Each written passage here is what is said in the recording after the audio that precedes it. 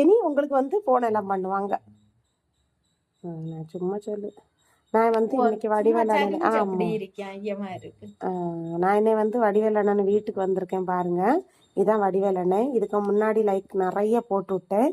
சரி நீங்கள் யாருமே பார்க்கல, இப்போ நான் இந்த அண்ணனுக்கு வேண்டி போட்டிருக்கேன் பாருங்க. இப்போ 1000 சப்ஸ்கிரைப் எனக்கே வந்திருக்கு. ரொம்ப சந்தோஷம்.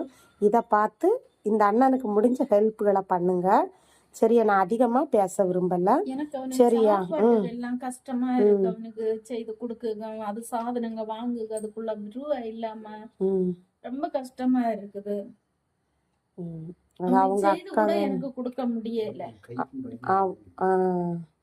கையும் இப்ப வந்து இப்படி இருக்குது.